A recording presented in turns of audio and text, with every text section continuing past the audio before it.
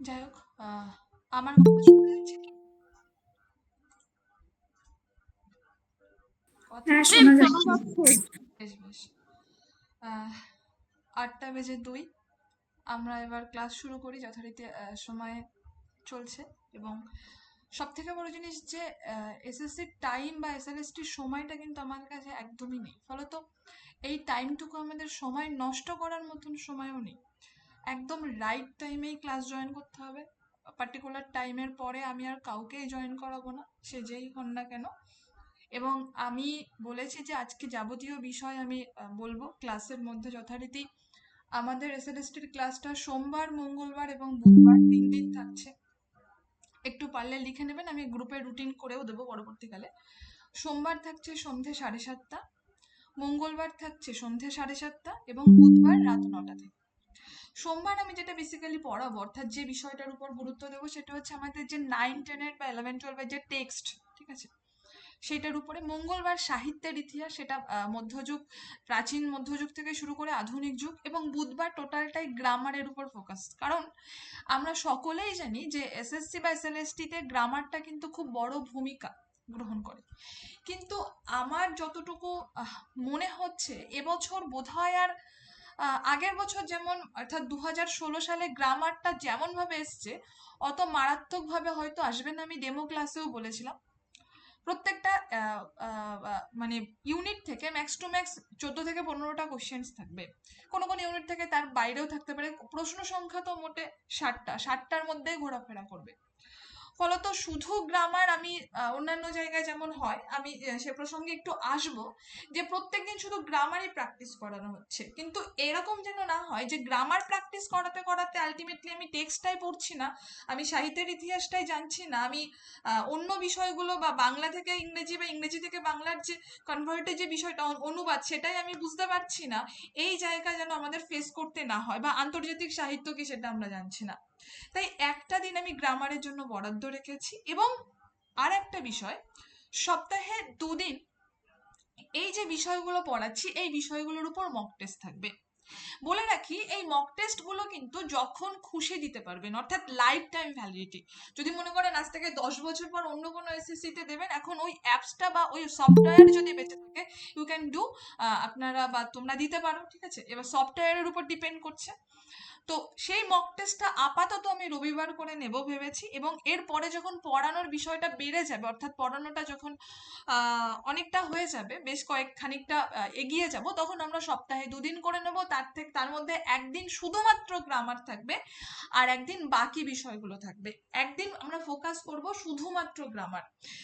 আমি গ্রামারের উপর জোর দিচ্ছি না, তাও একটু জোর দিচ্ছি, তার একটাই কারণ 2016 সালের প্রশ্ন দেখে। আমি বেশ কিছু টেক্সট ইতিমধ্যে পেইড গ্রুপে সেন্ড করেছি। তার মধ্যে সাহিত্য সম্ভার থেকে শুরু করে যা যা আমাদের সিলেবাসে লাগবে সেগুলো সবই সেন্ড করেছি। তোমাদের কাছে যদি সাহিত্য সঞ্চয়ন, প্রফেসর শঙ্কু বা আমাদের কোনি এই বইগুলো না থাকে, তাহলে আমাকে বলবে, আমি সেগুলো সেন্ড করে দেবো। এবার ওগুলো আমি সেন্ড না করলেও আপনারা পেতে পারেন।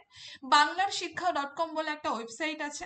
ওই ওয়েবসাইটের মধ্যে গেলে শুধু বাংলার ক্ষেত্রে না, যে কোনো সরকারি বই যেগুলো স্কুলে প্রদান করা হয়, সেই বইগুলো সব ওখানে রয়েছে অ্যাভেলেবেল। যে খুশি যখন তখন সেটা ডাউনলোড করে নিতে পারবে।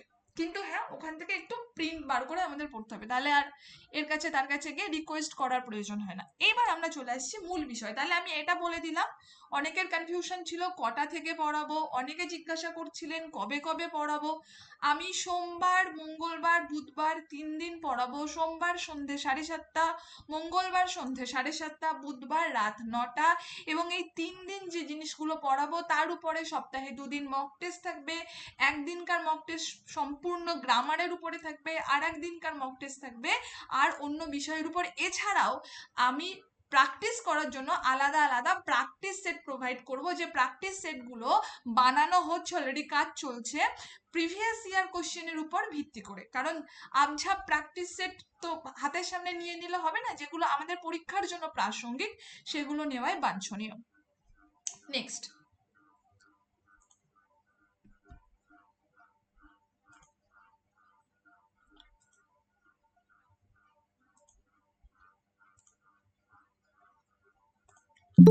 আমাদের যেটা বলতে গিয়েও মানে বলাটা বিশেষভাবে প্রয়োজন, সেটা হচ্ছে যে আমি আরেকটা স্লাইড আপনাদের সামনে দেখাতে চাইছি। যে এই যে স্লাইডটা এক্ষুনি আসছে, এই স্লাইডটা আমি গত এক ডেমো ক্লাসেও দেখিয়েছিলাম। স্লাইডটা খুবই প্রাসঙ্গিক আমাদের জন্য। আমাদের যে পড়াশুনোটা হবে, অর্থাৎ আমরা যে পড়াশুনোটা করব, সেই পড়াশুনোর তো একটা স্ট্র্যাটেজি দরকার। এখন আমাকে যদি কেউ ছেড়ে দেওয়া হয়, ছেড়ে দেয় এবং ছেড়ে দিয়ে বলে যা কলকাতা চলে যায়, এবং আমি কিভাবে ট্রেনে উঠতে হয়, কিভাবে টিকিট কাটতে হয়, কোন স্টেশনে নামতে হয়, কলকাতার কোন বাড়িতে যাব, কোন ঠিকানায় যাব, কোন জায়গায় যাব আমি জানিই না, তাহলে সেরকম করে তো লাভ নেই। অর্থাৎ আমাকে তো আগে স্ট্র্যাটেজি জানতে হবে যে অমুক জায়গায় যেতে হবে, অমুক থেকে টিকিট কাটতে হবে, অমুক ভাবে ট্রেনে উঠতে হবে, বা বাই বাস গেলে এমন ভাবে যেতে হবে। ঠিক সেই স্ট্র্যাটেজি ধরেই কিন্তু আমরা আমাদের আগামী যে 3 মাস সেটা পড়াশোনা করব। অর্থাৎ আমরা আমাদের যে সিলেবাস, যেটা আমি অলরেডি গ্রুপে সেন্ড করেছি, আমি আর সিলেবাসটা নিয়ে বোঝাচ্ছি না, কারণ আমি গত একটা ক্লাসে অলরেডি সিলেবাস নিয়ে বুঝিয়ে দিয়েছি, হচ্ছে রেকর্ডিং রয়েছে। সেই সিলেবাসটা আমাদের ঠিকঠাকভাবে বুঝতে হবে। অনেকে এসএলএসটির পড়াটা নেটের সঙ্গে গুলিয়ে ফেলছে, কারণ অনেকে মনে করছে আচ্ছা নেটের মধ্যেও তো এইগুলো রয়েছে। অনেক মক টেস্ট আমি দেখতে পাচ্ছি, অনেক জায়গায় মক টেস্ট নিচ্ছেন, সেখানে নেটের কোশ্চেন রয়েছে, নেটের ডেপথের মতন কোশ্চেন রয়েছে। আমি বারংবার বলছি, এটা এসএলএসটি নট নেট। নেটের ভিতরটা, নেটের পড়াটা পুরো বিষয় ভিত্তিক, আমরা মেন টেক্সটের মধ্যে চলে যাব, কিন্তু এসএলএসটি কিন্তু মেন টেক্সটের মধ্যে গিয়েও যাব না, অর্থাৎ বাইরে ঘোরাফেরা করতে হবে, যেটা সাহিত্যের ইতিহাস বেস করে। সুতরাং সিলেবাসটা কিন্তু আমাদের বোঝা দরকার, আমাদের জানা দরকার যে আমরা কিসের প্রিপারেশন নিচ্ছি, আমরা কিভাবে পড়বো। আমরা যদি এটা নেটের সাথে গুলিয়ে ফেলি, আমরা যদি যারা নেটের মক টেস্ট নেয় সেই মক টেস্টের মধ্যে ঢুকে গিয়ে যদি আমরা মক টেস্ট দিতে শুরু করি, তাহলে কিন্তু ভীষণ বড় ভুল করব, সেটা পরীক্ষার হলে গিয়ে বোধহয় আপনাদের মনে পড়বে।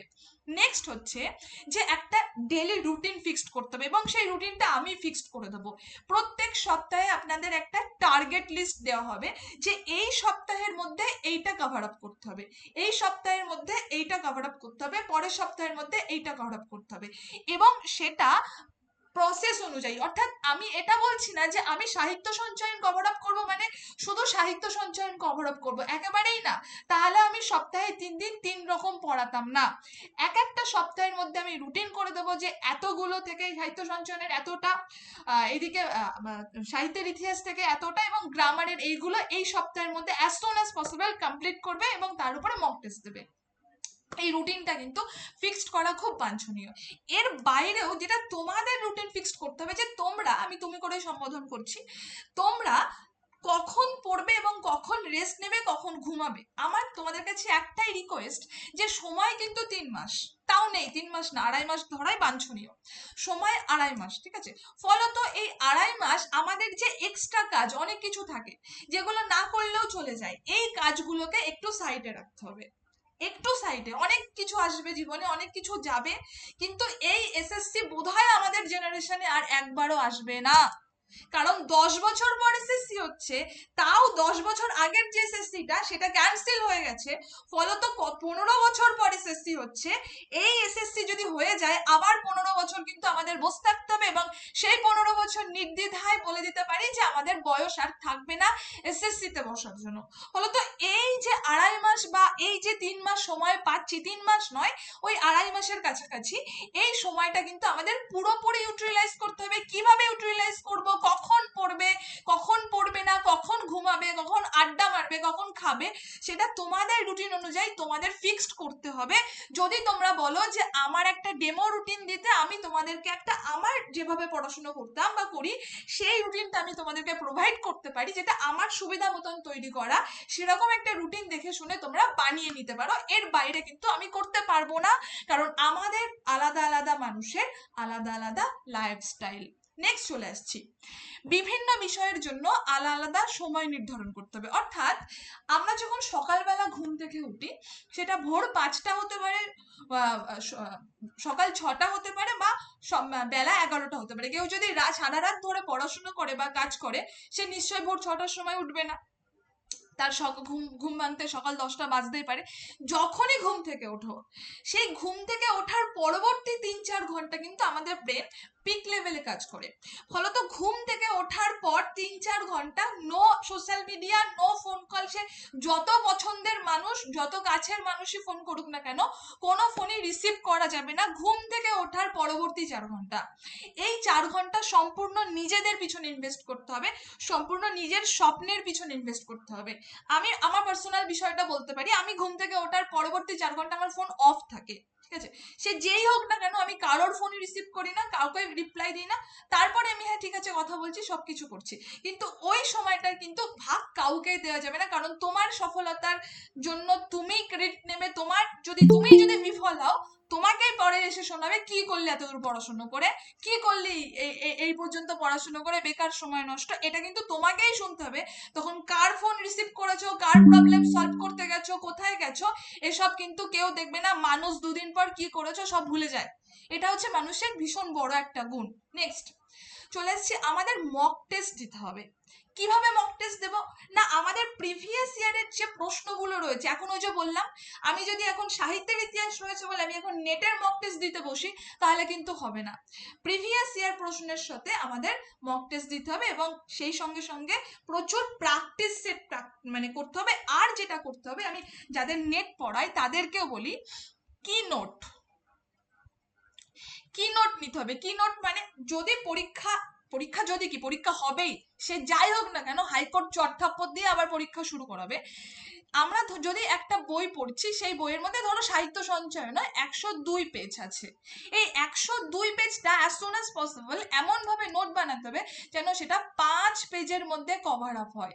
খুব ইম্পর্টেন্ট তথ্য, তুমি বানাবে তোমার কি নোটস, এবং যে ভালো কি নোটস, যে যেমন ভাবে কি নোটস বানাবে তার কিন্তু সাকসেস তেমন ভাবে আসবে। অর্থাৎ পরীক্ষার ঠিক আগ মুহূর্তে 2 দিন আগে নিশ্চয়ই তুমি সাহিত্য সঞ্চয়ন, সাহিত্য সম্ভার, সাহিত্যের ইতিহাস এইসব খুলে নিয়ে বসবে না। তখন কিন্তু এই কি নোটস গুলো তোমার কাজে লাগবে, যেগুলো দেখে তুমি পরীক্ষা দিতে যাবে, যেগুলো আমরা বারংবার ভুলে যাই। এখন কি নোটস এর মধ্যে নিশ্চয়ই এটা লিখবে না যে অমুকের নাম কি, অমুকের বয়স কত, সেইগুলোই লিখবে যেগুলো তুমি বারবার ভুলে যাচ্ছ কিন্তু পরীক্ষায় আসার জন্য ইম্পর্টেন্ট। কি নোটস বানানো আমি পরবর্তীকালে শিখিয়ে দেবো। তো এটাই হচ্ছে আমাদের পড়ানোর স্ট্র্যাটেজি বা পড়াশোনার স্ট্র্যাটেজি। এইবার চলে আসছে আমাদের আজকের যে আলটিমেট বিষয়, অর্থাৎ আমি যেটা বলেছিলাম আমাদের চর্যাপদ নিয়ে আমি কিছু কথা বলতে চাই। এবং চর্যাপদ থেকে কিন্তু পরীক্ষায় প্রশ্ন আসবে 100-200% শিওর। কারণ একটাই, যে চর্যাপদ আমাদের বাংলা সাহিত্যের ইতিহাসের একদম প্রথম শুরু হচ্ছে। এবং এ বিষয়ে বলছি যে বাংলা সাহিত্যের ইতিহাস পড়তে হলে সবার আগে যেটা জানতে হবে যে বাংলা সাহিত্যের ইতিহাস শুরু হচ্ছে কি দিয়ে। আমাদের যে বাংলা সাহিত্যের ইতিহাস বাংলা ভাষার হাজার হাজার বছরের যাত্রার মধ্যে রয়েছে, এবং এই চর্যাপদ থেকে কিন্তু সেই যাত্রাপথটা শুরু হচ্ছে, এবং সেখান থেকে শুরু করে বর্তমান আধুনিক সাহিত্যের পরিক্রমা পর্যন্ত আমাদের একটি গভীর সাহিত্য চেতনার সঙ্গে যুক্ত করছে এই বাংলা সাহিত্যের ইতিহাস। আমি একটা কোয়েশ্চেন করতে চাই, যে আপনারা নিশ্চয়ই জানেন যে বাংলা সাহিত্যের ইতিহাসের প্রথম সাহিত্যিক নিদর্শন কোনটা। আপনারা অবভিয়াসলি উত্তর বলবেন যে চর্যাপদ। আচ্ছা, আমি যদি আবার প্রশ্ন করি যে বাংলা সাহিত্যের প্রথম গ্রন্থ কাকে বলা হয়, আপনারা অবশ্যই বলবেন যে চর্যাপদ। আমি যদি এইটা প্রশ্ন করি যে আচ্ছা, চর্যাপদ বাংলা সাহিত্যের যদি সাহিত্যিক নিদর্শন হয়, চর্যাপদ নিয়ে তো মৈথিলীরাও বলছে চর্যাপদ আমাদের, উড়িয়ারাও বলছে চর্যাপদ আমাদের, অসমিয়ারাও বলছে চর্যাপদ আমাদের, তাহলে আমরা কনক্লুশন করে কি করে বলছি যে চর্যাপদ আমাদের, কিংবা কারা কারা বলছে চর্যাপদ আমাদের আমাদের আমাদের। অর্থাৎ চর্যাপদ নিয়ে যে বিতর্ক, আমি একবারও কিন্তু ভাষার মানে টেক্সটের অন্দরে প্রবেশ করছি না, আমি কিন্তু এখনো টেক্সটের উপরে কভার পেজেই দাঁড়িয়ে আছি। আমি এটা বলতে চাইছি যে এই যে চর্যাপদ, এই চর্যাপদ নিয়ে বহু বিতর্ক আমাদের আছে, এ নিয়ে বোধহয় আমাদের কোথাও কোনো সন্দেহ নেই। চর্যাপদ বলতে বেসিক্যালি যেটা বোঝানো হয়, চর্যাপদ বাংলা সাহিত্যের প্রাচীনতম মূল্যবান নিদর্শন, এবং এটি মূলত বৌদ্ধ ধর্মের সহজিয়া শাখার সিদ্ধাচার্যদের রচিত ধর্মীয় ও আধ্যাত্মিক গানের সংকলন, এবং এগুলি মূলত পদ্যরূপে রচিত, এবং সেই জন্য এগুলোকে বলা হয় চর্যা। চর্যাপদের বেশ কিছু কবি, আমি সবগুলোর নাম দিইনি, টোটাল 23 জন কবি আছে। তার মধ্যে বিখ্যাত কয়েকজন, যেমন লুইপা, সরহপা, কিন্নরপা, সবরপা, বুসুকুপা ইত্যাদি ইত্যাদি।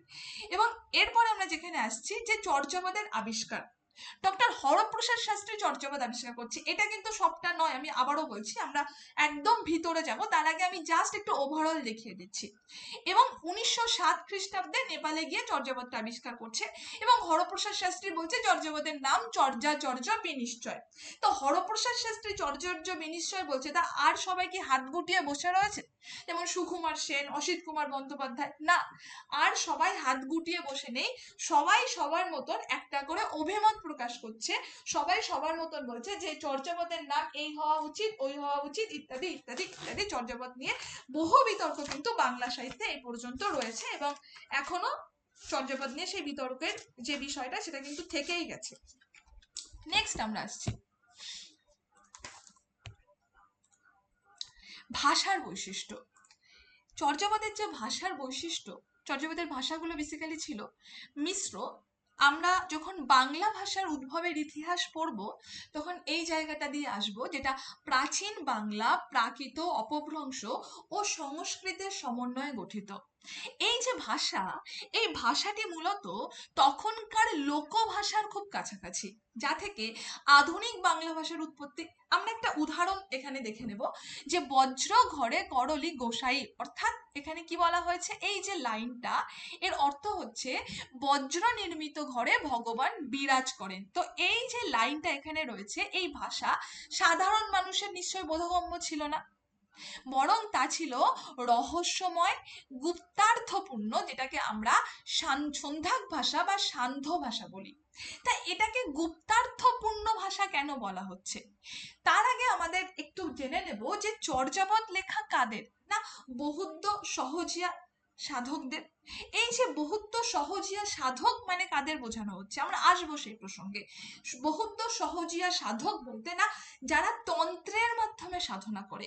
বিভিন্ন গবেষণায় দেখা গেছে যে এই যে তন্ত্রের মধ্যে সাধনা করছে বা মাধ্যমে সাধনা করছে, এই তন্ত্রের যে ফল, অর্থাৎ এর যে একটা গুপ্ত ভাষা, যেটা সেই তান্ত্রিক ছাড়া কিন্তু কেউ বুঝবে না, তাদের জন্যই কিন্তু এই চর্যাপদ রচনা করা। এটা আপামর জনসাধারণ বা তোমার আমার জন্য নয়। নেক্সট আসছি ঐতিহাসিক ও সাহিত্যিক কিছু গুরুত্ব।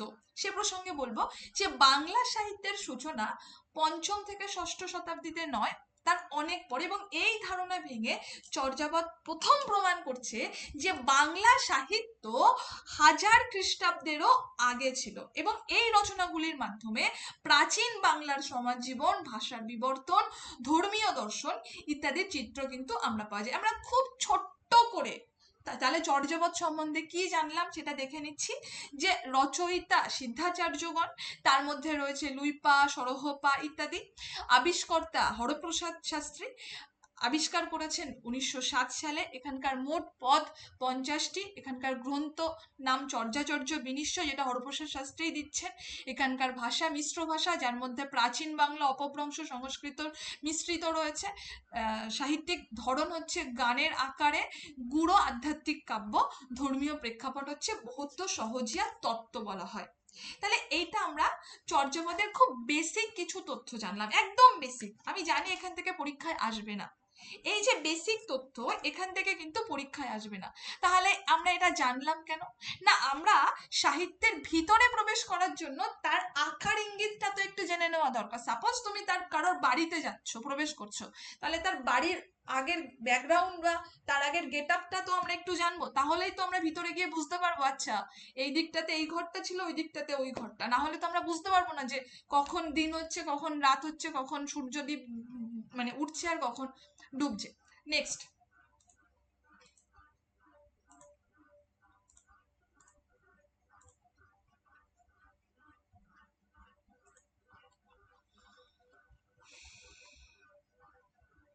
চর্যাপদের একটা টেক্সট আপনাদের সামনে প্রেজেন্ট করা আছে। টেক্সট ইন দ্য সেন্স আমাদের প্রাইমারি নোটস। সেখান থেকে আমি খুব সংক্ষিপ্তভাবে, খুব সহজভাবে আপনাদেরকে বোঝানোর চেষ্টা করব। আমি জানি না কতটা উপকার হবেন, তবে আমি এইটুকুনি বলতে পারি এখান থেকে কোশ্চেন আসার চান্স হাই। চর্যাপদের আবিষ্কারক হরপ্রসাদ শাস্ত্রী 1907 সালে আবিষ্কার করেন, এবং এটা প্রকাশ করছেন 1916 সালে। কোথা থেকে, না বঙ্গীয় সাহিত্য পরিষদ থেকে। চর্যাপদের পুঁথি আবিষ্কার হয় কোথা থেকে, নেপালের রাজ দরবার থেকে। শাস্ত্রীর আবিষ্কৃত পুঁথিতে মোট 46.5টি পদ ছিল এবং শাস্ত্রীর আবিষ্কৃত পুঁথিতে মোট 23 জন কবির সন্ধান পাওয়া গেছে। তাহলে শাস্ত্রীর আবিষ্কৃত পুঁথিতে টোটাল পদ ছিল 46.5টি এবং এখানে টোটাল 23 জন কবির সন্ধান পাওয়া গেছে। চর্যাপদের তিব্বতী অনুবাদ থেকে 3.5টি পদ আরো আবিষ্কার হয় এবং 23 সংখ্যক পদ খণ্ডিত। এছাড়া আরো আছে 24, 25, 48 সংখ্যক পদ কিন্তু এই চর্যাপদে ছিল না। তাহলে এই চর্যাপদের কত সংখ্যক পদ আমরা অর্ধেকটা পাই? 23 সংখ্যক পদ। এবং এই 23 সংখ্যক পদ কিন্তু খুব গুরুত্বপূর্ণ। আমাদের জেনে রাখতে হবে এই 23 সংখ্যক পদ কার রচনা, আমাদের জেনে রাখতে হবে এই 23 সংখ্যক পদের প্রথম লাইন কি এবং আমাদের জানতে হবে এর রাগ কি। বলে রাখি, 23 সংখ্যক পদ ভুসুকুপায়ের রচনা। যখনই ভুসুকুপায়ের কথা বলছি তখনই এটা আমাদের একবার স্মরণ করে নিতে হবে, এই ভুসুকুপা কিন্তু একজন বাঙালি কবি ছিল, তিনিই তার পদের মধ্যে কিন্তু এটা বলছেন। এর প্রথম লাইন হচ্ছে, জয় তুমুহে ভুসুকু অহেরি যাইবে মরিহসি পঞ্চজনা, এবং এর রাগ হচ্ছে বরারি। আমরা দেখি যে চর্যাপদের টিকা রচনা হচ্ছে। তো এই যে টিকা, এই টিকা রচনা করছেন কে? মুনি দত্ত। প্রশ্ন আসতে পারে, চর্যাপদের প্রাচীন সিদ্ধাচার্য ছিলেন লুইপদ। প্রসঙ্গক আমি বলি, এই লুইপাই কিন্তু চর্যাপদের প্রথম পদকর্তা। অর্থাৎ চর্যাপদের মধ্যে যে 23 জন সিদ্ধাচার্যের পদ দেখি, এখানে যে টোটাল পদগুলো দেখি, অর্থাৎ টোটাল 50টা পদ দেখি, এই পদের প্রথম পদ অর্থাৎ 1 নম্বর পদের রচয়িতা কিন্তু এই লুইপা। আমরা দেখি যে রাহুল সংকীর্তায়ন লুইপাদের পরিবর্তে সরহপাদকে আদি সিদ্ধাচার্য বলেছেন এবং শহীদুল্লাহ ভুসুকুপাদকে আদি সিদ্ধাচার্য বলেছেন। চর্যাপদকে বিভিন্ন ভাষার গ্রন্থ বলে দাবি করা হয়েছে। তাহলে আমরা একটু চট করে জেনে নেব। আমি যে নোটসটা দিচ্ছি এখানে আপনারা লিস্ট আকারে পেয়ে যাবেন যে অসমীয়া গ্রন্থ কারা কারা বলছেন, বা অসমীয়া ভাষার পদ কারা কারা বলছেন, কারা কারা বলছেন মৈথিলি, কারা কারা বলছেন উড়িয়া, কারা কারাই বা বলছেন হিন্দি। প্রথম চলে আসি অসমীয়া। যদি কেউ বাংলা ভাষার উদ্ভবের ইতিহাস তোমরা অবশ্যই জানো, আমি এইটুকুনি বিশ্বাস রাখি, তাহলে বোধহয় জানবে যে অসমীয়া, উড়িয়া, হিন্দি, মৈথিলির সাথে বাংলা ভাষার সম্পর্কটা ঠিক কি। অসমীয়া ভাষার পদ বলে দাবি করছেন বাণীকান্ত কাকতি, পরীক্ষিত হাজরা এবং সত্যেন্দ্রনাথ শর্মা। মৈথিলি ভাষার পদ বলে দাবি করছেন জয়কান্ত মিশ্র, পাঁচকড়ি বন্দ্যোপাধ্যায়, রাহুল সংকীর্তায়ন, জয়ধীরা সিংহ, পি.কে. জয়সওয়াল। এবং উড়িয়া ভাষার পদ বলে দাবি করছেন খগেশ্বর মহাপাত্র, মায়াধর মানসিংহ, হরে কৃষ্ণ মহাতাব। এবং হিন্দি ভাষা, আবার হিন্দি ভাষীরা এসে বলছে, আরে আপনারা কি বলছেন, চর্যাপদের মধ্যে কয়েকটা হিন্দি ভাষার নিদর্শন আমরা পেয়েছি, সুতরাং চর্যাপদ হিন্দি ভাষার পদ। তাহলে এই হেন বক্তব্য কারা কারা এসে রিপ্রেজেন্ট করছেন? তাদের মধ্যে প্রথম নাম যার পাই আমরা, বিজয় চন্দ্র মজুমদার, এছাড়া দেখি ধর্মবীর ভারতী, এছাড়া দেখি কাশী প্রসাদ জয়সওয়াল। কাহ্নপায়ের রচিত পদ সংখ্যা টোটাল 13টি। তাহলে চর্যাপদের মধ্যে যত পদকর্তা রয়েছে সব থেকে বেশি পদ রচনা করছেন কিন্তু এই কাহ্নপা। তারপরে পদ রচনা করছেন ভুসুকুপা, অর্থাৎ ভুসুকুপায়ের রচিত পদের সংখ্যা টোটাল 8খানা। চর্যাপদের প্রথম পদকর্তা লুইপা, যেটা একটুখানি আগেই আমি বললাম। দীনেশ চন্দ্র সেনের একখানা গ্রন্থ আছে, কি গ্রন্থ? The history of Bengali language and literature. এটা প্রকাশিত হচ্ছে 1911 খ্রিস্টাব্দে। এই গ্রন্থে আমরা দেখতে পাই যে হরপ্রসাদ শাস্ত্রী নেপালে গিয়েছে মোট 3 বার। কত কত খ্রিস্টাব্দে? 1897। প্রশ্ন আসতে পারে এখান থেকে। 1897 খ্রিস্টাব্দে প্রথম হরপ্রসাদ শাস্ত্রী নেপালে যাচ্ছেন। নেপালে যাওয়ার পর তিনি যথারীতি খালি হাতে বা কোনো রকম সাফল্য না পেয়ে একেবারে ফিরে আসছেন। যথারীতি তিনি আবার 1898 খ্রিস্টাব্দে ঠিক 1 বছর পর আবার যাচ্ছেন। তিনি যথারীতি সেবারও কোনো সাফল্য পাননি। মনে রাখতে হবে, নেপাল কিন্তু যাচ্ছে শুধুমাত্র তিনি একটা কিছু সন্ধান করতে, কিন্তু পরপর 2 বার গিয়ে তিনি খালি হাতে প্রত্যাগমন করেছেন। তার কিছু পর আরো গবেষণা করে আরো জেনে শুনে 1907 সালে তিনি আবার নেপাল যাচ্ছেন এবং এই তৃতীয়বারের বার কিন্তু তিনি চর্যাপদ আবিষ্কার করতে সক্ষম হয়েছেন। হরপ্রসাদ শাস্ত্রী আবিষ্কৃত চর্যাপদের পুঁথিটির সম্মুখ পৃষ্ঠার পুঁথির পরিচয় হিসাবে নাগরী হরফে লেখা ছিল চর্যা চর্য টিকা। সে থেকে সবাই বলে দিচ্ছে যে এই বইয়ের নাম বোধহয় চর্যা চর্য টিকা। এ নিয়ে বেশ কিছু মতভেদ কিন্তু পরবর্তীকালে দেখা যায়। চর্যাপদের পুঁথির শেষে পত্র সংখ্যা টোটাল 69টি। প্রশ্ন আসতে পারে এটা থেকে, চর্যাপদের টোটাল পত্র সংখ্যা কতগুলো? 69টি, 69। এর মধ্যে কিছু পত্র যেগুলো টোটালি পাওয়া যায়নি যখন পুঁথিটা আবিষ্কৃত হয়েছে, সেই পত্র বা পেজগুলো মিসিং ছিল। তাহলে যে পেজগুলো পাওয়া যায়নি সেগুলো কত নম্বর পেজ? তার মধ্যে আমরা দেখতে পাই 35 নম্বর পেজ, তার মধ্যে আমরা দেখতে পাই 36 নম্বর, 37 নম্বর, 38 নম্বর এবং 66 নম্বর পেজ। বলে রাখি, চর্যাপদের যে পুঁথি, সেই পুঁথিটা তোমাদেরকে আমি দেখাবো, আমি আমার নোটসের মধ্যে রয়েছে, খুব ছোট্ট সরু মতন যেরকম হয় পুঁথি আর কি। তার মধ্যে এক একটা পেজের মধ্যে 5টা করে লাইন ছিল, প্রত্যেকটা পেজে 5টা করে পংক্তি বা লাইন ছিল, একমাত্র একটা পেজ ব্যতিক্রম ছিল। প্রশ্ন আসতে পারে কত নম্বর পেজ ব্যতিক্রম ছিল? 65 নম্বর পেজে শুধুমাত্র 6টি পংক্তি ছিল। পুঁথির প্রথম পত্রের সম্মুখে বা সম্মুখ পৃষ্ঠায় বাঁ দিকের ঊর্ধ্ব প্রান্তে লাল কালিতে নাগরী হরফে একটি তারিখ লেখা আছে। কি না, সম্বত 741 ভাগ। এই সম্বত বলতে কি বোঝানো হচ্ছে না, এটা পরবর্তীকালে দেখা যাচ্ছে যে 741 সম্বত ভাদ্র, যেটা আমরা যদি খ্রিস্টাব্দে কনভার্ট করি তাহলে দেখবো 1620 খ্রিস্টাব্দ।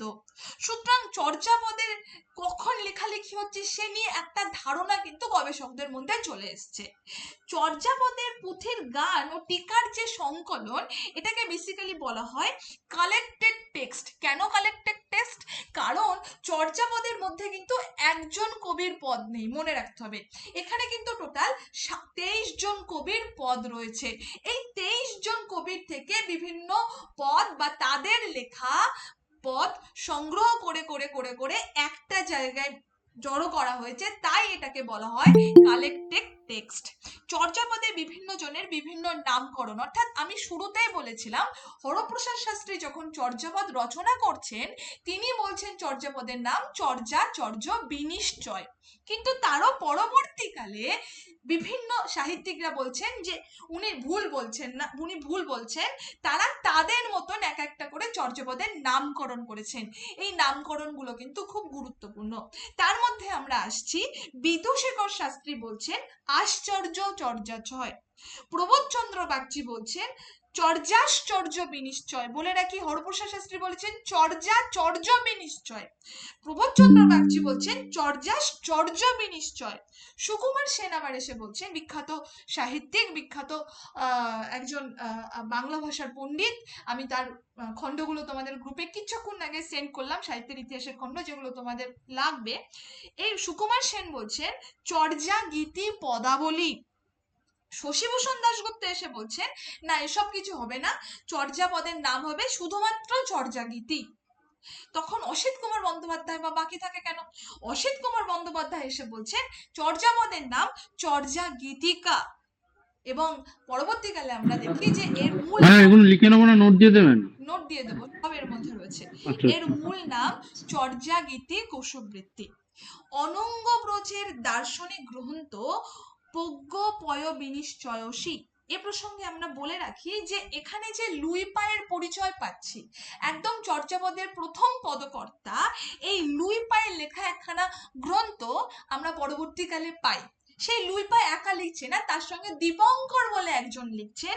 সেই গ্রন্থের নাম হচ্ছে অভিসময় বিভঙ্গ। আবারও বলছি, এখনো কিন্তু আমরা টেক্সটের অন্দরে প্রবেশ করিনি, এখনো কিন্তু আমরা কভার পেজে ঘোরাঘুরি করছি। হ্যাঁ, সুকুমার সেনের মতে কাহ্ন নামধারী, সুকুমার সেন বলছে এই যে কাহ্নপা টোটাল এতগুলো পদ রচনা করছেন 13খানা, এই কাহ্ন নামধারী 2 জন আছে, সেটা সুকুমার সেন একাই কিন্তু বলছে গবেষণা করে, অন্যরা কিন্তু তার মতে মত দিচ্ছেন না। এবং ভূসুকোপাদের একটি বহুত্ব সহজিয়া গ্রন্থে সংক্রান্ত একটা বই আছে, সেই বইয়ের নাম চতুরাভরণ। তাহলে আমরা ভূসুকোপায়ের একটা বই এখানে দেখতে পাচ্ছি, এছাড়া আমরা লুই পায়ের একটা বই এখানে কিন্তু দেখতে পাচ্ছি। আমরা দেখি যে হরপ্রসাদ শাস্ত্রী যখন 1907 সালে চর্যাপদটা আবিষ্কার করছেন, তার ঠিক পরে 1916 সালে হরপ্রসাদ শাস্ত্রী বঙ্গীয় সাহিত্য পরিষদ থেকে এটা প্রকাশ করছেন। তো বঙ্গীয় সাহিত্য পরিষদ থেকে যখন হরপ্রসাদ শাস্ত্রী চর্যাপদটা প্রকাশ করছেন, আমরা বোধহয় জানি, আবার কেউ কেউ হয়তো জানি না, এটা নিশ্চয়ই চর্যাপদ নামে একটা একক বই প্রকাশ করছেন না। তিনি বঙ্গীয় সাহিত্য পরিষদ থেকে 4খানা পুঁথি একত্রে সংকলিত ভাবে একটা বই প্রকাশ করছেন। সেই বইটার নাম হচ্ছে কি, সেই বইয়ের নাম হাজার বছরের পুরানো বাংলা ভাষায় বহুদ্ধ গান ও দোহা। ওই বিস্কিট বিস্কিট কালারের বইটা আমার কাছে পিডিএফ আছে, আমি পরবর্তীতে তোমাদের পাঠিয়ে দেবো। এই যে বইটা, এখানে 4খানা পুঁথি রয়েছে, শুধু চর্যাপদ নয়, এর বাইরেও 3টে পুঁথি রয়েছে। কি কি? প্রথম চর্যা বিনিশ্চয় চর্যাপদ, দ্বিতীয় যে পুঁথি সেটা হচ্ছে কি না সরহপাদের দোহা ও অদ্বয় ব্রজের রচিত সংস্কৃত সহজান্ময় পঞ্জিকা নামক একটি টিকা। এছাড়াও আছে কৃষ্ণাচার্যের দোহা ও আচার্যপাদের রচিত সংস্কৃত মেঘলা নামক টিকা। এছাড়াও আছে ডাকার্ণব। প্রশ্ন আসতে পারে চর্যাপদের সঙ্গে কোন কোন পুঁথি এককভাবে প্রকাশিত হয়েছিল, গুরুত্বপূর্ণ একটা তথ্য। আমরা শাস্ত্রী বা হরপ্রসাদ শাস্ত্রী চর্যাপদের সংকলন তাহলে নাম দিচ্ছে, যেটা একটুখানি আগে জানলাম, চর্য বিনিশ্চয়। চর্যা গীতি সংগ্রহের প্রকৃত নাম চর্যা গীতিকোষবৃত্তি, যেটা শুরুতেই জানলাম। এবং অধিকাংশ পণ্ডিতদের মতে চর্যাপদের রচনাকাল কখন? অধিকাংশ পণ্ডিতরা বলছে চর্যাপদের রচনাকাল 10ম থেকে দ্বাদশ শতাব্দী। সে নিয়ে অবশ্য প্রচুর মতভেদ আছে। কেউ কেউ এসে বলছেন যে না, এসব ভুল। যেমন রাহুল সংকীর্তায়ন এবং মোহাম্মদ শহীদুল্লাহ বলছেন চর্যাপদের রচনাকাল 8ম থেকে দ্বাদশ শতাব্দী। ঠিক তেমন ভাবেই তারপর এসে সুনীতি কুমার চট্টোপাধ্যায় এবং প্রবোধ চন্দ্র বাগচি এসে বলছেন যে না, চর্যাপদের রচনাকাল 10ম থেকে দ্বাদশ শতাব্দী। তো তো এই নিয়ে চর্যাপদের রচনাকাল নিয়ে বহু মতভেদ আছে, ফলত চর্যাপদের রচনাকাল নিয়ে কখনো প্রশ্ন আসবে না। যে জিনিস নিয়ে মতভেদ থাকবে কোনো কম্পিটিটিভ এক্সামে কিন্তু সেই নিয়ে কখনো প্রশ্ন আসে না। চর্যা গানের রচয়িতারা ছিলেন কারা? না বৌদ্ধ ধর্মাবলম্বীরা, যেটা শুরুতেই বললাম। এবং চর্যাপদে তিব্বতী অনুবাদ করেন কীর্তিচন্দ্র। কথিত আছে লক্ষণ সেন 17 জন অশ্বারোহীর দ্বারা আক্রান্ত হয়েছিলেন। চর্যাপদগুলি রচিত হয়েছিল সেই প্রত্ন বাংলা হরপে, যদিও চর্যাপদ কোন কি ভাষা ইত্যাদি ইত্যাদি সে নিয়ে যথেষ্ট মতপার্থক্য রয়েছে। আমাদের একটুখানি জেনে রাখতে হবে যে চর্যাপদের কত নম্বর পদ কার লেখা, মানে কোন কোন পদগুলো কার কার লেখা, এবং সেই পদের প্রথম লাইন, মাঝখানের লাইন জানার দরকার নেই, প্রথম লাইন এবং তার রাগগুলো অন্তত আমাদের মনে রাখতে হবে। আমি একটা ছোট্ট সাজেশন দেবো তোমাদের, যে আমি তো নোটস পাঠাবো, নোটসের মধ্যেই পেয়ে যাবে, তোমরা সেটা প্রিন্ট আউট করে সেই লিস্টটা একটা কাজ করবে, জাস্ট ওইটুকুই প্রিন্ট আউট করে যেখানে তোমরা পড়াশুনো করো তার সামনে চিপকে দেবে বা মেরে দেবে, যাতে প্রত্যেকদিন একবার করে চোখে পড়ে। কারণ এইটা মনে রাখা কিন্তু একটু চাপ। এর মধ্যে পদ সংখ্যা রয়েছে, এর মধ্যে পদকর্তা রয়েছে, এর মধ্যে পদের প্রথম লাইন রয়েছে, এবং এর মধ্যে কি রয়েছে না রাগ রয়েছে। আমি এছাড়াও নোটসের মধ্যে আমি ওই জায়গাটা যাচ্ছি না, যেহেতু এগুলো নোটসের মধ্যে পরিষ্কারভাবে দেওয়া রয়েছে। কিছু ইম্পর্টেন্ট পদের লাইন আমি লিখে রেখেছি, যেমন ঢালত ঘর মোর নাহি পরবেশী, 33 নম্বর পদ, ঢিনটন পায়ের একটা পদ। যেমন দুলি দুহি পিঠা ধরানো না যাই, রুখেরও তেন্তুলে কুম্ভরে খাও, এটা পদ সংখ্যা 2, কুকুরি পায়ের লেখা পদ। এরকম কিছু কিছু লাইন কিন্তু আমি লিখে রেখেছি। ধমন চমন বেনি পিন্ডি বৈঠা আমি লিখে রেখেছি চর্যাপদে। আমি পরে দেখাবো যে চর্যাপদের 6টা প্রবদ প্রবচন, যে প্রবদ প্রবচন তৎকালীন সময় চর্যাপদের মধ্যে দেওয়া হয়েছিল বা চর্যাপদে ব্যবহার করা হয়েছিল। আমরা পরে সেই প্রসঙ্গে আসছি। তার আগে আমি একদম ডিরেক্টলি চলে যাব যেখানে, সেটা হচ্ছে যে চর্যাপদের যে ধর্ম, সেই ধর্ম প্রসঙ্গ। অর্থাৎ আমরা এটা দেখতে পাচ্ছি যে চর্যাপদে টোটাল তোমার বৌদ্ধ ধর্মের প্রাসঙ্গিকতা রয়েছে, এটা আমরা সবাই জানি। কিন্তু বৌদ্ধ ধর্মের কোন জায়গাটা রয়েছে না, বৌদ্ধ ধর্মের সহজ্ঞানপন্থীদের নাম আমরা বারবার পাচ্ছি। কিন্তু সহজ্ঞানপন্থী কিভাবে আসছে? বৌদ্ধ ধর্মকে বেসিক্যালি দুটো ভাগে ভাগ করা হচ্ছে, একটা হচ্ছে হিনজান, একটা হচ্ছে মহাযান। হিনজান কারা ছিল? হিনজান যারা ছিল তারা ছিলেন রক্ষণশীল, কঠোর এবং আচারনিষ্ঠ। মহাযান কারা ছিল? মহাযান ছিলেন পারমিতা নয় এবং সেই সঙ্গে সঙ্গে আরেকটা ভাগ ছিল মন্ত্রানয়। তাহলে এই যে পারমিতা নয় যারা ছিলেন, এরা কারা ছিল? এরা ছিলেন 10টি পরম গুণের অনুশীলনে বোধিসত্ত্ব লাভ করছেন। তাহলে মন্ত্রনয় কারা ছিলেন? মন্ত্রনয় ছিলেন গুচ্ছ আচার অনুষ্ঠান ও তন্ত্রচার করছেন যারা, এরাই কিন্তু পরবর্তীকালে সহজ্ঞান হিসাবে পরিচিত হয়, অর্থাৎ তান্ত্রিক বৌদ্ধ ধর্ম বা যাদের ধর্মের মধ্যে তন্ত্রের প্রাধান্য। সহজ্ঞান বৌদ্ধপন্থী বা বৌদ্ধ ধর্মকে সহজ রূপে আরো উল্লেখ করা হয়, কারণ ধর্ম সাধনার সাধ্যও সহজ, সাধনার পদ্ধতিও সহজ। মহাসুখ লাভের উপায় তথা তত্ত্বকে সহজিয়া সাধকরা কি বলছেন? দেহের বিভিন্ন প্রক্রিয়ার উপর স্থাপন করেছেন, এবং এ প্রসঙ্গে দেহের মধ্যে তারা 4টি চক্র বা পদ্মের অস্তিত্ব কল্পনা করেছেন। এই 4টি চক্র বা পদ্মের অস্তিত্ব প্রসঙ্গে কার কার নাম পাওয়া যায় আমরা চট করে দেখে নেবো একটি। এক সেকেন্ড।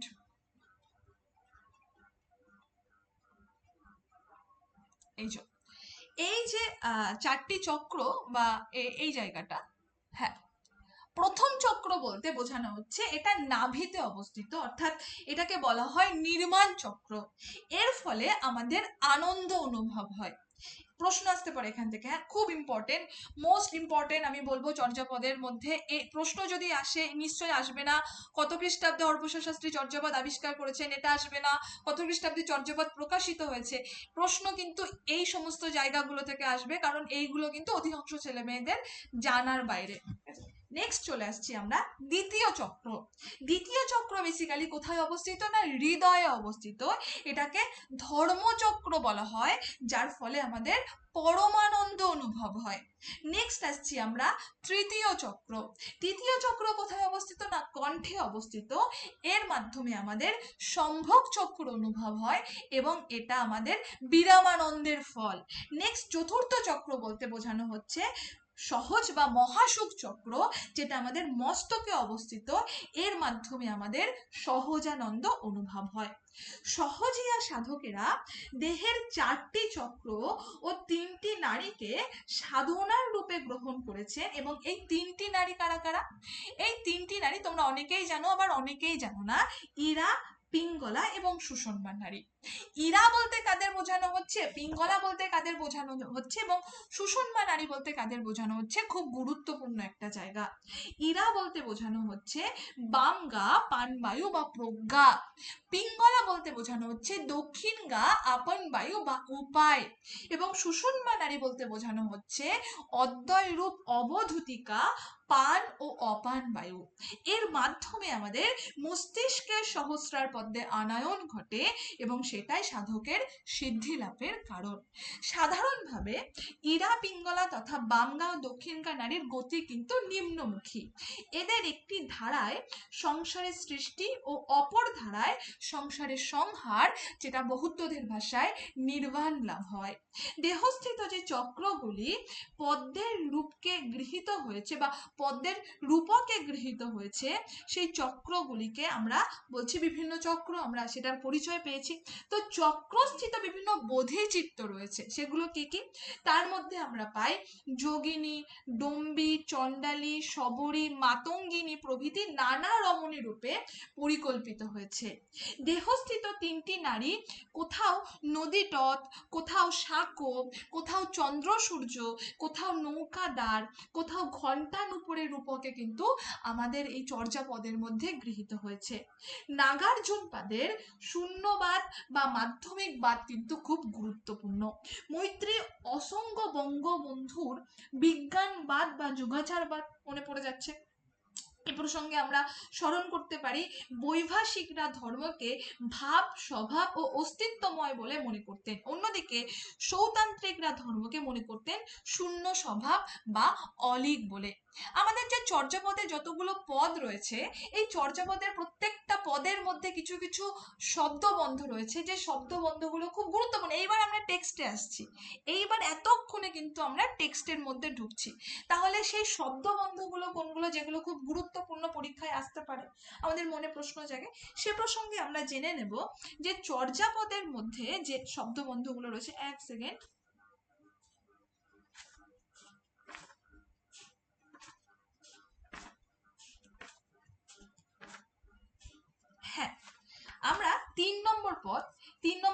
একটা শব্দ পাই যেটা মদ চোলায় বিরুয়া পায়ের লেখা। আমরা 2 নম্বর, এবং এই নোটসটা আমি এখনো দিইনি, তৈরি করা হয়নি, আমি তোমাদেরকে পাঠিয়ে দেবো। 2 নম্বর পদ যার লেখা সেটা হচ্ছে এখানে চৌর্যবৃত্তির কথা আমরা পাই এবং কুক্কুরি পায়ের লেখা। এবং 33 নম্বর পদেও কিন্তু এই চৌর্যবৃত্তির কথা আমরা পাচ্ছি, যেটা ঢেন্টন পায়ের লেখা। তালা চাবির প্রসঙ্গ পাই আমরা কত নম্বর পদে? না 4 নম্বর পদে, যেটা গুন্ডুরি পায়ের লেখা। সাঁকো তৈরির রূপকল্প পাই আমরা কত নম্বর পদে? 5 নম্বর পদে, যেটা চাটিল পায়ের লেখা। হরিণ শিকার প্রসঙ্গ পাই ভুসুকু পায়ের 6 নম্বর পদে। এছাড়াও হরিণ শিকার প্রসঙ্গ ভুসুকু পা আবার 23 নম্বর পদেও কিন্তু একবার এনেছেন। এই প্রসঙ্গে কবিতা সিংহ তার হরিণা বৈরী বলে একটা গোটা কাব্যগ্রন্থ রচনা করে ফেলেছেন। হস্তি প্রসঙ্গ পাই আমরা 9 নম্বর পদে, যেটা কাহ্ন পায়ের লেখা। তাঁত বোনা বা চাঙারি তৈরির রূপকল্প পাই আমরা 10 নম্বর পদে, যেটা কাহ্ন পায়েরই রচনা। বিধবা বিবাহের প্রসঙ্গ পাই আমরা 10 নম্বর ও 13 নম্বর পদে, কাহ্ন পায়ের লেখা। এছাড়াও যৌথ পরিবারের প্রসঙ্গ আছে, যেটা 2 নম্বর পদে আছে কুকুরি পায়ের লেখা, 4 নম্বর পদে আছে গুন্ডরি পায়ের লেখা, এবং 11 নম্বর পদে আছে কাহ্ন পায়েরই লেখা। এছাড়াও বহুদ্ধ প্রসঙ্গ পাই আমরা, হ্যাঁ, রথ প্রসঙ্গ পাই আমরা, তারপরে গঙ্গা যমুনা প্রসঙ্গ পাই আমরা, তারপরে তোমার তুলোধোনা বা কাপড় বোনা প্রসঙ্গ পাই আমরা, যেটা বললাম। প্রহরী প্রসঙ্গ পাই আমরা, মৃতদেহ সৎকার প্রসঙ্গ পাই আমরা, পদ্মার প্রসঙ্গ পাই আমরা 49 নম্বর পদে ভুসুকু পায়ের লেখা। এবং যেটা একটুখানি আগে বললাম, গঙ্গা যমুনা প্রসঙ্গ 14 নম্বর পদে ডম্বি পাদে লেখা, বা যেটাকে আমরা ডম্বি পদ নাম বলতে পারি।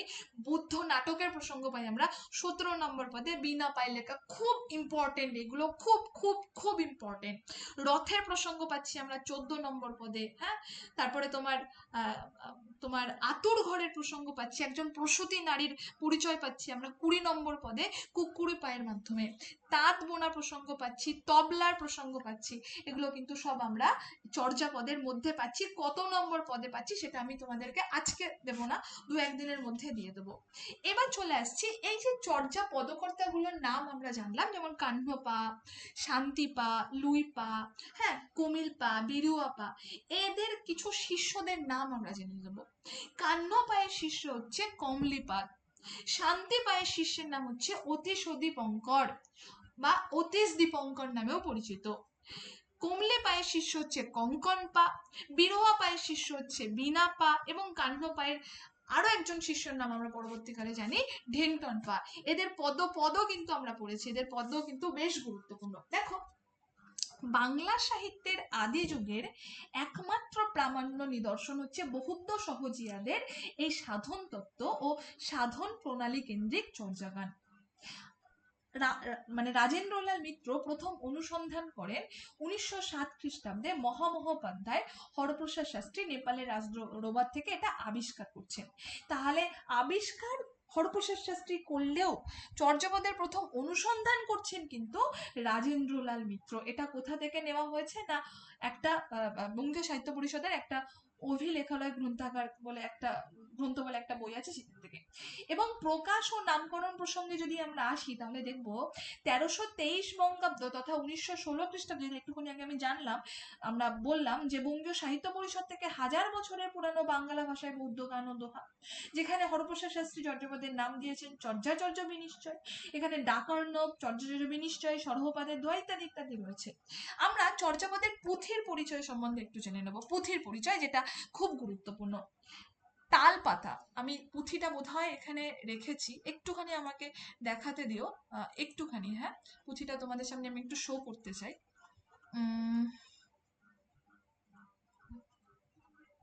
বোধহয় আছে,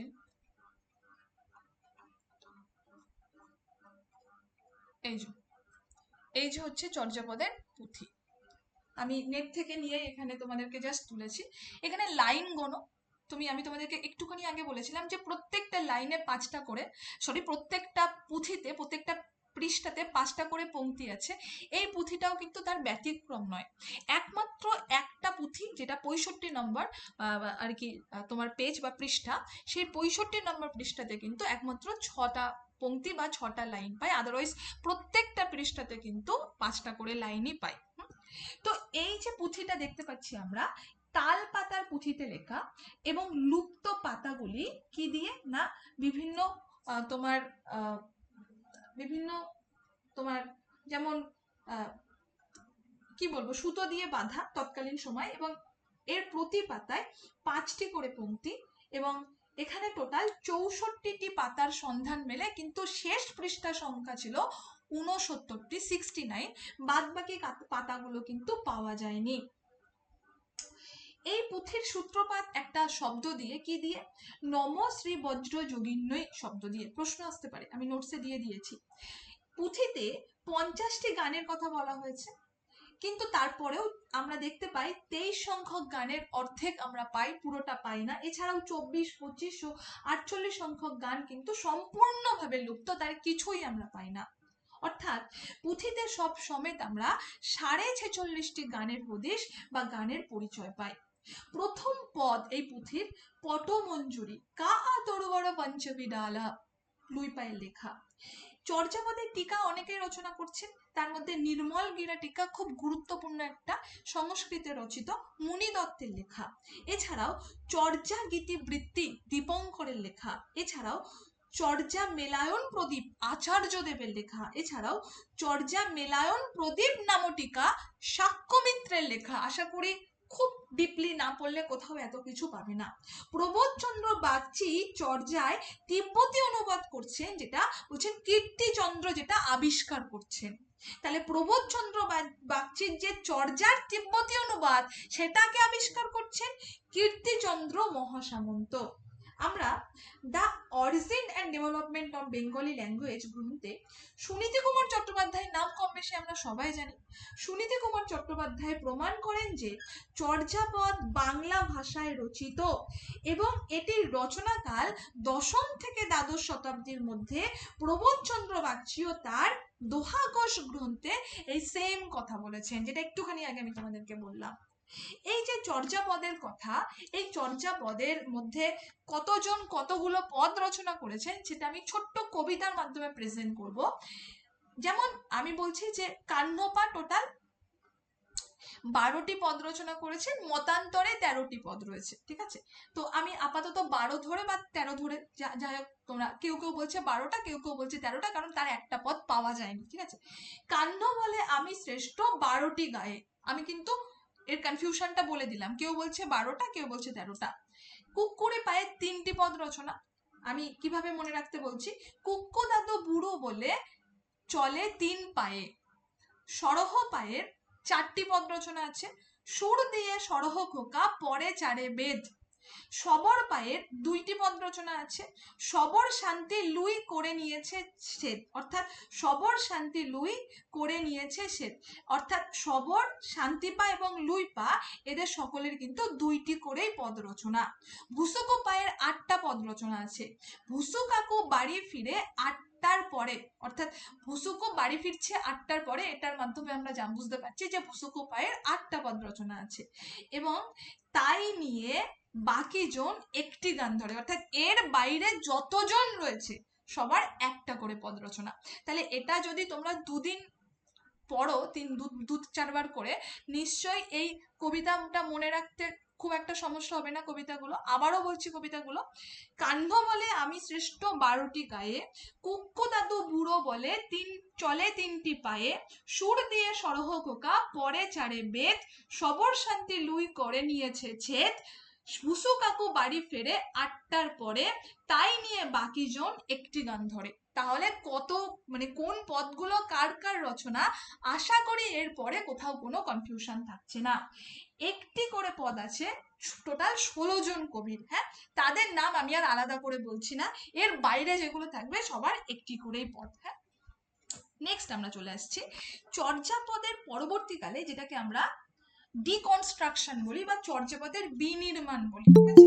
এই চর্যাপদের কিন্তু বেশ কিছু বিনির্মাণ হয়েছে, অর্থাৎ চর্যাপদকে কেন্দ্র করে বেশ কিছু পরবর্তীকালে গ্রন্থ রচিত হয়েছে। তার মধ্যে আমরা সেলিনা হোসেনের একটা গ্রন্থ নীল ময়ূরের যৌবন, আমরা পাই শিবাশিস মুখোপাধ্যায়ের একটা গ্রন্থ কাহ্ন, শুধু গ্রন্থটার নামই কাহ্ন। আমরা পাই বাণী বসুর লেখা, আমরা সবাই জানি বাণী বসুর নাম, মৈত্রেয়ী জাগত, সবগুলোই কিন্তু চর্যাপদের ডিকনস্ট্রাকশন বা বিনির্মাণ। আমরা পাই কবিতা সিংহের সহজ সুন্দরী, এগুলো কিন্তু সব চর্যাপদের বিনির্মাণ। তার মধ্যে এই কবিতা সিংহ আর এই বাণী বসু এবং সেলিনা হোসেনের তিনটে মোস্ট ইম্পর্টেন্ট। আবারও বলছি, নীল ময়ূরের যৌবন, সেলিনা হোসেনের মৈত্রেয়ী জাতক, বাণী বসুর সহজ সুন্দরী, কবিতা সিংহর, এবং এর বাইরেও আছে কাহ্ন বলে একটি, যেটা শিবাশিস মুখোপাধ্যায়ের। আমরা দেখি চর্যার প্রথম পদ, যেটা একটুখানি আগেই বললাম, পটমঞ্জুরি রাগে রচিত, এবং চর্যার একদম শেষ পদ রামক্রী রাগে রচিত। আংশিক লুপ্ত পদ বলতে 23 নম্বর পদ, এবং 23 নম্বর পদটা কিন্তু খুব গুরুত্বপূর্ণ, ভুসুকুপায়ের লেখা, খুব গুরুত্বপূর্ণ। চর্যায় টোটাল 22 প্রকার রাগের কথা পাওয়া যায়। তার মধ্যে সেকালে জনপ্রিয় ছিল এই পটমঞ্জুরি রাগ। 47টি গানের মধ্যে 11টিতে কিন্তু এই পটমঞ্জুরি রাগে রচিত, বাদ বাকি আরো আছে। তাহলে 47টি গান কেন বলছি আমি? কারণ আমরা বেসিক্যালি নিয়ম মাফিক 46.5টি পদ এখানে পাচ্ছি। তো এই যে 46.5-এর যে অর্ধেকটা, সেই অর্ধেকটার রাগ কিন্তু আমরা জানতে পারছি। পরবর্তী অংশগুলো আর পাওয়া যায়নি, কিন্তু আগের অংশগুলোকে পাওয়া গেছে, তার মধ্যে রাগটা আমরা পেয়ে যাচ্ছি, তাই 47টি গান বলছি। এই 47টি পদের মধ্যে বা 47টি গানের মধ্যে টোটাল 11টি গান কিন্তু এই পটমঞ্জুরি রাগে রচিত। চর্যাপদের ভাষাকে খিচুড়ি ভাষা বলা হচ্ছে। এই খিচুড়ি ভাষা কে বলেছেন? না, বিজয়চন্দ্র মজুমদার কিন্তু চর্যাপদের ভাষাকে খিচুড়ি ভাষা বলছেন। শশীভূষণ আরো 250টি নতুন চর্যাগান আবিষ্কার করেন, এবং তা থেকে 98টি পদ নিয়ে অসিত কুমার বন্দ্যোপাধ্যায় কলকাতা বিশ্ববিদ্যালয় থেকে 1989 সালে চর্যাপদ বা নবচর্যাপদ প্রকাশিত করেন। তাহলে প্রশ্ন যদি আসে নবচর্যাপদ নিয়ে কে প্রকাশ করছেন?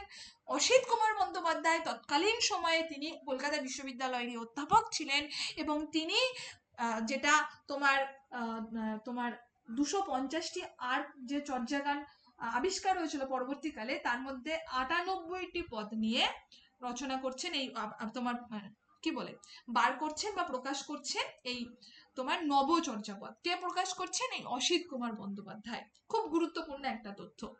চর্যাপদ ব্যবহৃত পাদ শব্দটির অর্থ কি? প্রশ্ন আসতে পারে, বোধহয় খুব ডিপে না গেলে পাবে না। চর্যাপদে ব্যবহৃত এই পাদ শব্দের অর্থ হচ্ছে পূজনীয় বা ধর্মগুরু। খুব গুরুত্বপূর্ণ কিন্তু একটা তথ্য। চর্যাপদে আমি যেটা কিছুক্ষণ আগে বললাম, রথ, নৌকো, হস্তি, এই সমস্ত যান চলাচলের উল্লেখ কিন্তু আমরা বারংবার পাচ্ছি। ভূসকোপা নিজেকে বাঙালি বলে ঘোষণা করেছিলেন। এছাড়া তিনি নিজেকে রায়ত অর্থাৎ রাজপুত বলে দাবি করছেন কত নম্বর পদে? 49 নম্বর পদে। এই পদেই কিন্তু তিনি পদ্মা নদীর উল্লেখ করেছেন বাঙালি বলে উল্লেখ করা প্রসঙ্গে। আমরা লুই পায়ের যেমন কিছু পদ পাই, ভুসুকো পায়ের তেমন কিছু পদ পাই, ঠিক আছে? টোটাল 8খানা পদ আমরা ভুসুকো পায়ের পাচ্ছি। হ্যাঁ, আমরা এছাড়া দেখতে পাচ্ছি যে চর্যাপদের রস সম্বন্ধে, চর্যাপদের রস হচ্ছে উদ্ভট রস। প্রশ্ন আসতে পারে, আমি যদি কখনো রস তোমাদের পড়াই, বেশ কিছু রস, স্থায়ী ভাব রস, এবং তাদের রঙের পরিচয় পাওয়া যায়। তার মধ্যে এই উদ্ভট রসের অন্তর্গত কিন্তু এই চর্যাপদ। তোমরা যারা নেট পড়াশোনা করেছো বা নেট পাস করেছো, তোমরা কিন্তু এই উদ্ভট রসের পরিচয় বোধহয় তোমরা জানো, উদ্ভট রসের নিয়ে তোমরা পড়াশোনা করেছো। সেই উদ্ভট রসের কিন্তু অংশ এই চর্যাপদ। খুব গুরুত্বপূর্ণ একটা তথ্য। আমরা চর্যাপদে মূলত বৌদ্ধ সহজিয়াদের সাধনার ফসল, এবং তা সত্ত্বেও বাংলা সাহিত্যের ইতিহাসে কিন্তু এটা খুব গুরুত্বপূর্ণ, কারণ এটি বাংলা ভাষার আদি নিদর্শন, এবং এই গ্রন্থটিতে তৎকালীন সময়ে বা সমকালীন সময়ের সমাজ চিত্র বর্ণিত হয়েছে। তাহলে চর্যাপদ, বারংবার বলছি, বৌদ্ধ সহজিয়াদের সাধনার ফসল। এটা কিন্তু সাধারণ মানুষের জন্য লেখা হয়নি, এটা কিন্তু যারা তন্ত্র সাধনা করে তাদের জন্যই লেখা হয়েছে। তার জন্য চর্যাপদ চর্যাপদের ভাষা এত আলো আঁধুরি, তার জন্য চর্যাপদের ভাষা এত কমপ্লিকেটেড, তার জন্য চর্যাপদের দুটো অর্থ রয়েছে, একটা লৌকিক অর্থ এবং একটা গূঢ় অর্থ। প্রত্যেকটা ক্ষেত্রে কিন্তু এই লৌকিক অর্থ এবং গূঢ় অর্থগুলো খুবই গুরুত্বপূর্ণ। সে প্রসঙ্গে যদি আমরা আসি তাহলে আমরা কয়েকটা জেনে নেব লৌকিক অর্থ এবং গূঢ় অর্থ। যদি আসে হরিণা শব্দটা, আপনা মাংসে হরিণা বৈরী বা হরিণ শব্দটা 6 নম্বর পদে রয়েছে মুসুকুপায়ের লেখা। তো চর্যাগণের মূল শব্দ হরিণ আসি, তো এটার লৌকিক অর্থ কি? হরিণ, আমরা সবাই তো তাই জানি, তাই না? কিন্তু চর্যাপদে এর গূঢ় অর্থ বা চর্যাপদে এই হরিণ শব্দটা ব্যবহার করা হয়েছে চিত্ত প্রসঙ্গে। চিত্ত, হরিণী, এটাও বেসিক্যালি আমরা কি বলি যে লৌকিক অর্থ না, মেয়ে হরিণ বা হরিণী, কিন্তু এর গূঢ় অর্থ হচ্ছে জ্ঞান মুদ্রা। ঠিক তেমন ভাবে ডম্বি, ডম্বি বলতে কি বোঝানো হয়? ডোমরমণি, কিন্তু এর গূঢ় অর্থ হচ্ছে পরিশুদ্ধা বধূতিকা। ঠিক তেমন ভাবে গঙ্গা যমুনা উল্লেখ আছে 14 নম্বর পদে। এই গঙ্গা যমুনা পদের লৌকিক অর্থ কি? আমরা কি জানবো যে গঙ্গা যমুনা নদী, এর বাইরে তো আমাদের মাথাতে ঢুকবেই না, কিন্তু চর্যাপদে গঙ্গা যমুনা শব্দটা ব্যবহার করা হয়েছে চন্দ্রাভাস ও সূর্যভাস বোঝানোর জন্য। নেক্সট আমরা আসছি দুলি, ওই যে শব্দটা, ওই যে লাইনটা, দুলি দুহি পিতা ধরনো না যায়, 2 নম্বর পদে রয়েছে। দুলি বলতে কি বোঝানো হচ্ছে? বেসিক্যালি ডিকশনারি মিনিং, লৌকিক অর্থ না কচ্ছপ, কিন্তু চর্যাপদে দুলি শব্দটা ব্যবহার করা হয়েছে মহা সুখ কমল অর্থে। সবর, সবর মানে কি? সবর জাতীয় পুরুষ 50 নম্বর পদে রয়েছে, এটা চর্যাপদে ব্যবহার করা হয়েছে বজ্রধর বা হেরুক অর্থে। সবরী, সবরী বলতে কি? সবর জাতীয় রমণী 50 নম্বর পদে ব্যবহার করা হয়েছে। চর্যাপদের জন্য এটা ব্যবহার করা হয়েছে দেবী নৈরাত্যা। বারুণী, বারুণী বলতে কি বোঝানো হচ্ছে? অবভিয়াসলি মদ্য, হয় না? আমরা মদ্য অর্থাৎ অ্যালকোহল জাতীয় নেশাদ্রব্য।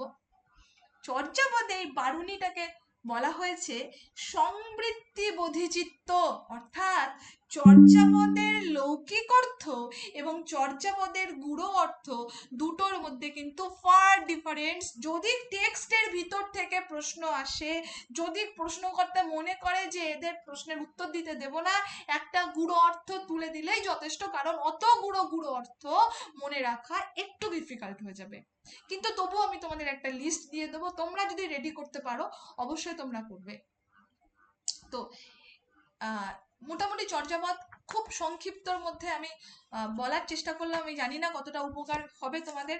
আমি আজকে রাতে আমাদের পেইড ব্যাচে টোটাল 3টে চর্যাপদের নোটস পাঠাবো, পরপর টোটাল 3টে, এবং এর পরেও একটা লিস্ট যাবে চর্যাপদের, যে লিস্টের মধ্যে বেসিক্যালি আমরা ওইটা দেখবো কোনটা না, কোন শব্দগুলো কোন পদের মধ্যে রয়েছে, যেটা একটুখানি আগে বললাম, কার মধ্যে নৌকা রয়েছে, কার মধ্যে বুদ্ধ রয়েছে, কার মধ্যে গঙ্গা যমুনা রয়েছে, হ্যাঁ, কার মধ্যে বারুণী রয়েছে, কার মধ্যে সবার, এই যে লিস্টটা যেটা একবার চোখের সামনে দেখলেই মনে পড়ে যাবে, সেইটা আমি তোমাদেরকে পাঠিয়ে দেবো, সেটা কাল বা পরশু।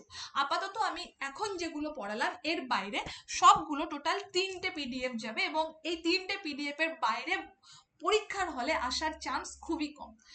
আজকের ক্লাস নিয়ে যদি তোমাদের কোথাও কোনো কনফিউশন থাকে বা প্রশ্ন থাকে আমাকে বলবে।